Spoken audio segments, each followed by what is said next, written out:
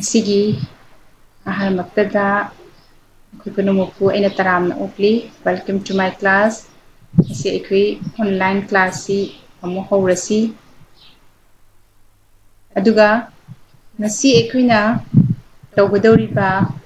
lesson sina wari machani Eigi Thahaudaraba Heitoop Lalu Sigi part si wari machani shani Maharaj Kumari Binodini Devi gini. Aduna part si khara khaido oga taglakani wari machasi. Aduna sigi tawgadawriba si nakuina like to khakto oge haradi page 58 ka 59 ga ani se tawsi. Aduga wari machase hawdringai gi mangoina na ahana maktada kwi Maharaj Kumari Binodini si kanano haibatu ay khajitang palamge. Maharaj Kumari Binodini ekwi Churachan Maharaj Mati Nangbam Ningol kwi Maharani Dhanyamanjuri anigi machanupi Tontonbini. Aduna Maharaj Kumari Binodini February ki tang taru Lisingamaga Samapan Kungani Thoida Poki IEBC Yamna Kwi Sahitya wari macha madi upanyas na singba asida natana short story danatana kwi playwright film script isegi mayek asina singba kyamushu ibirami aduna hanba yaba kwi aibina ilamba wari macha kharigi mami hairabada nungairakta chandramukhi de asangba nungjabi haibisinsi wari machani aduga Borshaf Ombi Sanatombi Haribasina Upanyasni Novelni. The Hariba Upanyas Borshaf Ombi Sanatombi Hariba Upanyas Asida Sahitya Kwigi Bharat ki Sahitya Academy Awardsu Hanki. Asida Natana Kwigi Padma Shri Hanki Adegi Dinesuri Sahitya gi Mana Hanki Award Singhar Pallabada adegi examination der Guha gold medal Hanki ko adegi masida natana ekwi film script da haraga maming khajitang pallabada olang thagi wangmudasu haiba film adegi imagi ningthem ka haisi imagi ningthem sidi prithvi gi oiba award akwi mana phangkraba adugumba film amani Cohsem ama ko ishano sanabi mayofi gi macha nang nakappa paksade ka haiba myamsi ekwigi kinasina Maharaj Kumari Binodini na script kantokibani irambani ade masida natana isegi lamdasu roof raga gi founder member amasu oirami aduga profession oina hairabada JNM Dance Academy gi secretary oirami ko adegi masida natana ekwigi MFDC gi director su oirami aduna aibi kwi sahitya gi lamda asu yamna dan to birami bi Maharaj Kumari Binodini liseka kwi lisingamaga lising aniga taraga mathoi January gi tang 13 ta sansarde gi thadoki masina samlapa IBC gi magi masakhara takpani duga makha taba sina ko akhoi hujik tawgodori basi wari machani wari machasigi maming sina Eigi Thahaudaraba Heitoop Lalu ada wari machasigi sanglappa warol si ai lamtang hairake goita silu wari machasi maru oina ko aina like sida dum yawi basi hana harake madini matungda tunganba ai explain khara su toroke wari machasi da ayibina langi nungaitaba masaku mayek sengna phongdokli wari asigi mapung oiba saktam lauriba ahal oirabi tampakna mapuroibana German land satkibagi thodok adubu Chinana Bharata landarakpagi thodok amagi matangda ninsinglakki mapuroiba kaina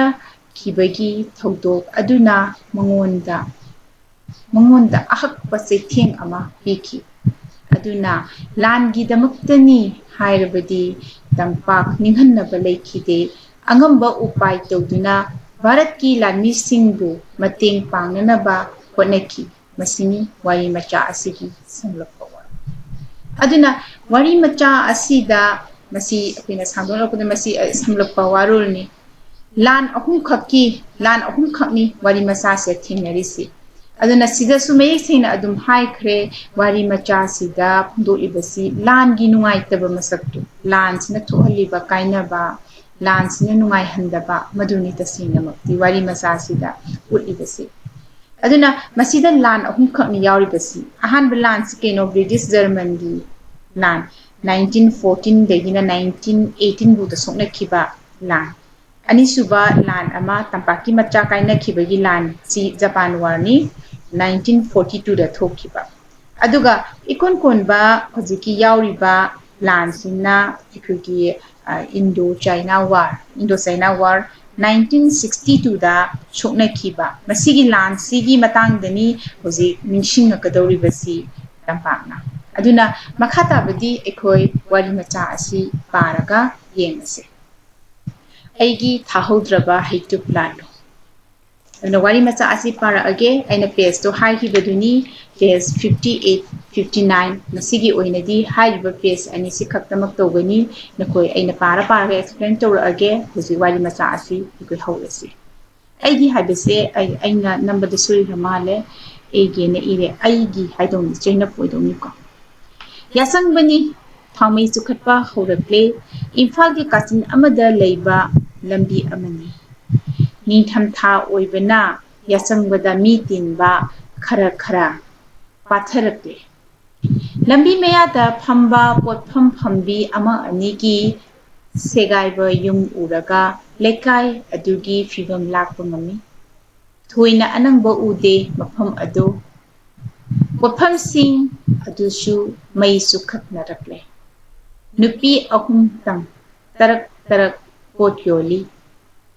yensang yonba potpham dudi mi khara machinli amadi pom free yomba life fadi bigum tuminna famduna lay karibu yoliba saribanu ahandu ahanba paragraph ta ulibasi keshinate matam si karamba matamno yasangba haidi sandhya wairam ushilakpagi matam adunani mai chukhatnaba hawrabibasi masida ihan hanbada koina character khara thulae kari no pofam phambi ahal ahum khak phamni ko aduga mokhoi leiriba lamdam asi kai akhoi ki yamna hena nangba waba matawdi natte hairi manasla hairi basida aduna pofam singdasu sandhya oira abanina mai chukhanna rakla aduga famliba nupi ahumduda ahal ahumdugi manungda amadi yensang yongani yensang yona famdudi mi kharatilli aduga amadi kaitaraba pom free na yomba life fadi bigum yam mafi maro loini yomsilaga tuminna phami aduga kari yolibano haibado khangba ngamdri hosi ima khoi wa amatta haizige ba ha karino ibema kari lege ki atang sida kuye ipi amakalai ima khoi wa amatta haizige ba haina wa phumasi hai ha karino ibema karino pot kari lege haibano haidna amanuko lesabi ani leple lesabi ni mokhoi ani ni matau ubada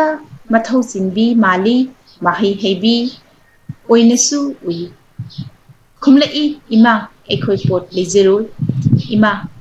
ekhoi upai amata tobiyu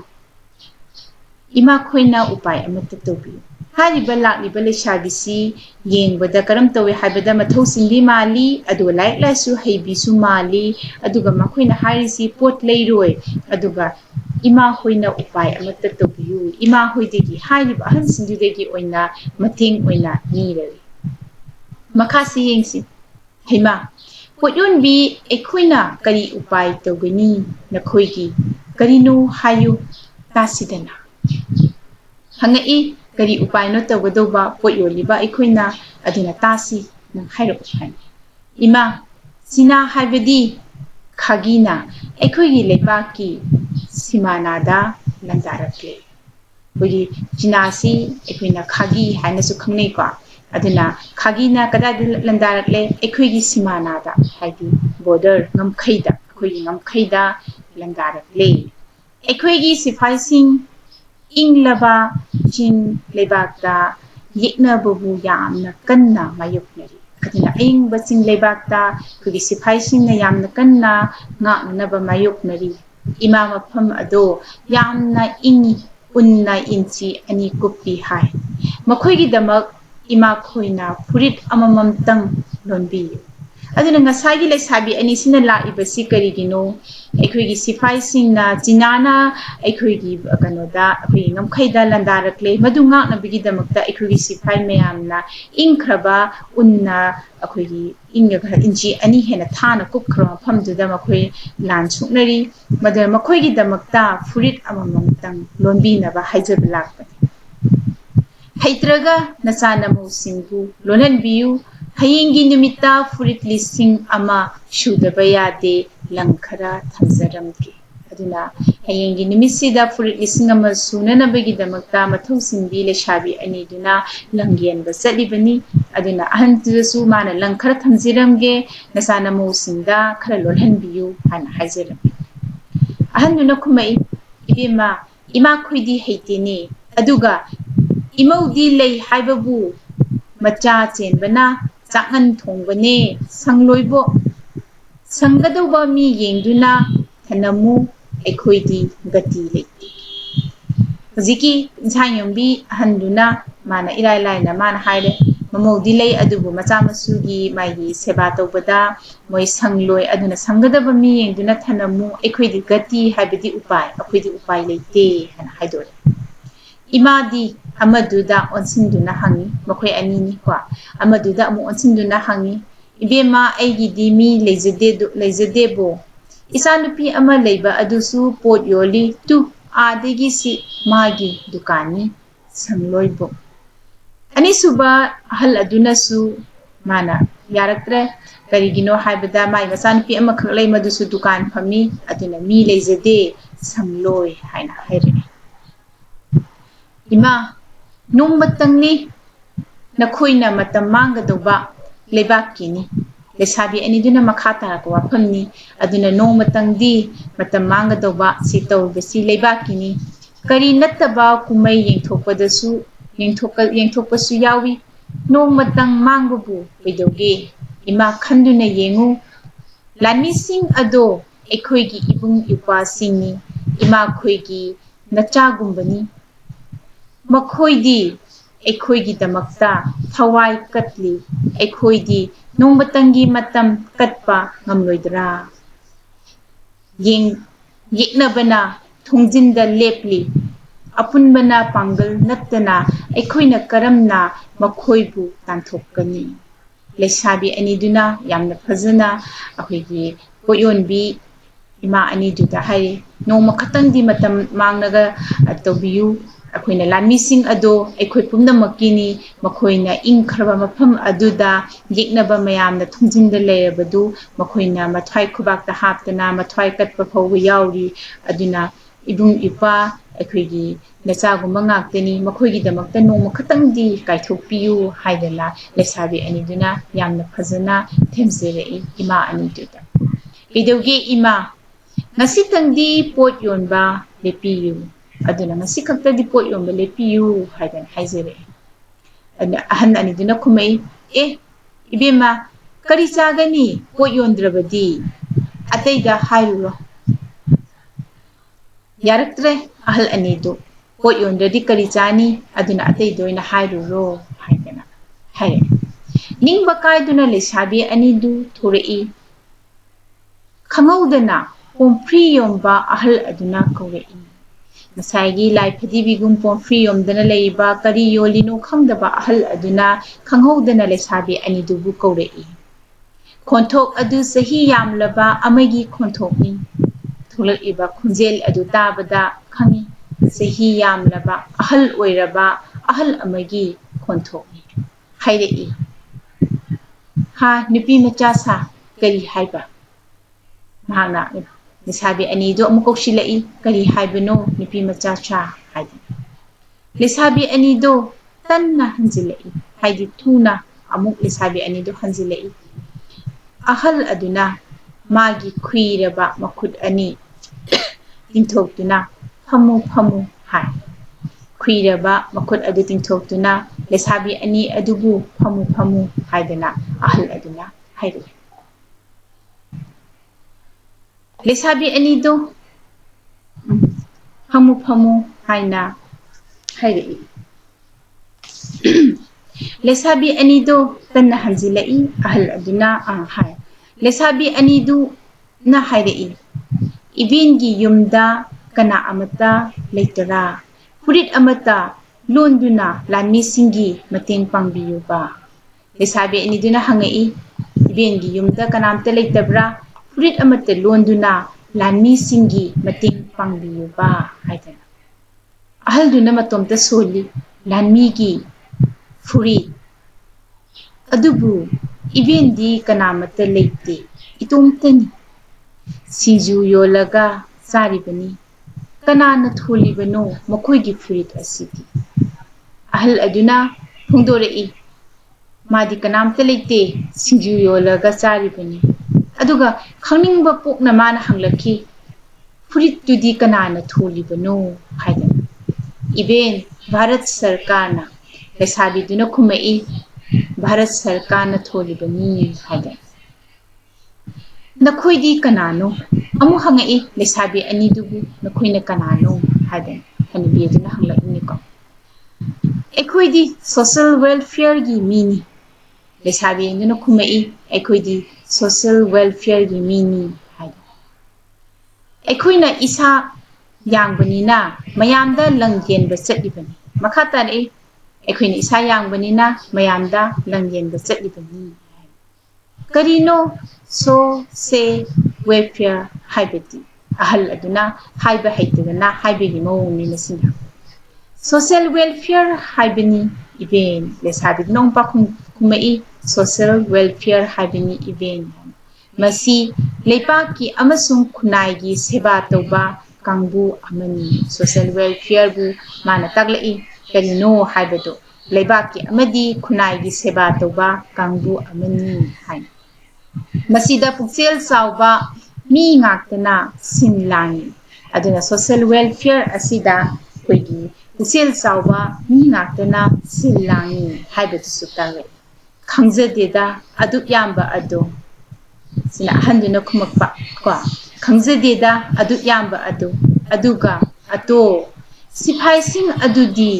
nakoina thonba furit asi choidana phanggadara ahal aduna yamna khangmingna hangai siphai sing adudi nakoina thonba furit asi choidana phanggadara haida iben makhoigi damaktani karigi phangdani asitasu natte haida lesabi khumai iben makhoigi damaktani honaribasi aduna karigi phangdani sungsoi shoidana phangdani haibigi thajabadu ahanduda lesabi anina pire asitasu natte haidi haiba siphaisim adugi damakta asitasu natana kayamuk sarkarna tawri haibadu lesabi sinduna phungdoknaba honare aduna nasigi damaktadi ekhoi matang asida wari machasi koi beshilasi aduna ahanba part wari machagi akoi sida loire aduna ngasi phawbada tawibasidi wari machagi akoi matangsi ngasagi isam samna kaishu hawdri akoi pukhon phamba nupi ahal ahumdugi manakta ngasagi mathau singbi lekshabi ani kadai lapuno khange social welfare gi thabak tawba miyoini makhoina aikhoigi China na lan tarokdana China na lan tarokdana leibasi ekoi border da ngamkhaida madugi damakta siphagi damakta furit thana bagi damakta furit lombi na bagi haijaba lakpa ahal ani duna insayombi ani duna yadra matungta hojik phawda akhoigi ahal oiraba sinjiyo leba ahal duna kokshillaga wari shana bagi mata ashi phawtani ngasi tawrisi adugi masigi makha tarakpa wari macha sigi makha tarakpa si ekoi hayeng oina tawrasi hayenggi class ta aduna nakhoi myambo aina amuka hana thagatjari aduga adumak ekoi gi hayeng amuk unarasi ekoi myam ꯃꯈꯥ ꯇꯥꯕ ꯋꯥꯔꯤ ꯃꯆꯥꯒꯤ ꯀꯔꯤꯅꯣ ꯍꯥꯏꯕꯗꯨ ꯍꯌꯦꯡ ꯑꯩꯈꯣꯏ ꯈꯪꯃꯤꯟꯅꯔꯁꯤ ꯉꯁꯤꯒꯤꯗꯃꯛꯇꯗꯤ ꯑꯩꯈꯣꯏ ꯃꯇꯥꯡ ꯑꯁꯤꯗ ꯂꯣꯏꯁꯤꯜꯂꯁꯤ ꯅꯈꯣꯏꯁꯨ ꯅꯨꯡꯉꯥꯏꯅ ꯂꯩꯔꯣ ꯍꯌꯦꯡ ꯑꯩꯈꯣꯏ ꯑꯃꯨꯛ ꯎꯅꯔꯁꯤ